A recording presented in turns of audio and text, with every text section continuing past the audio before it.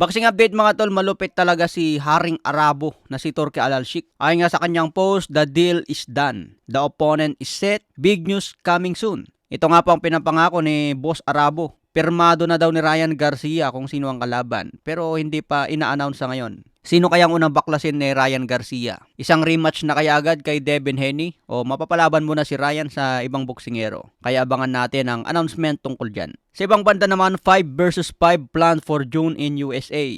Mga bataan ni The Hearn versus bataan ni Oscar De La Hoya. Maganda itong mga tol, 5 versus 5. Makakita na naman tayo ng matinding bakbakan. Sa ibang banda, the monster na Oya Inoue gusto pa rin makalaban si Sam Goodman. Kung mapanatili ni Sam Goodman ang pagiging mandatory challenger, papayag pa rin si Inoue na lumaban sa kanya. Kaya maswerte pa rin itong si Sam Goodman. Kahit ilang ulit na postpone ang laban kay Inoue, hindi pa rin nawalan ng interes itong si The Monster. Ngayong darating na January 24, mapapalaban siya sa isang South Korean boxer. Sa WBO, kung sakaling bumaba na si Sam Goodman sa pwesto, aangat yan si Carla Mes Martin. Pwedeng si Carla Mes Martin nang maging mandatory ni Naoya Inoue. Baka magulat na lang tayo mga tol, ilalaban na ni Sean Gibbons si Martin kay Inoue. Aba, naunahan pa si Casimero kung ganon. Hindi malayong mangyari yan mga tol, nandyan na si Martin, no? Number 2 na. Papalit na lang sa pwesto ni Sam Goodman para maging mandatory. Number 7 si Cuadro Alas, medyo malayo sa WBO. Kung sakaling magbakante ng belt si Inoue, si Carla Mes Martin pa rin ang lalaban sa bakanteng titulo. Kaya pagkakataon na ito ni Carla Mes Martin para maging world champion. Kailangan na lang niya maipanalo ang laban. Swerte ni Martin mga tol dahil nandyan si Sean Gibbons, talaga malupit. Kailangan na lang gawin ni Martin ang trabaho niya, ipanalo ang laban para makamit ang tagumpay. Sa ibang banda ngayong January 17, mapapalaban si Mike Plania kay Omar Cande Trinidad.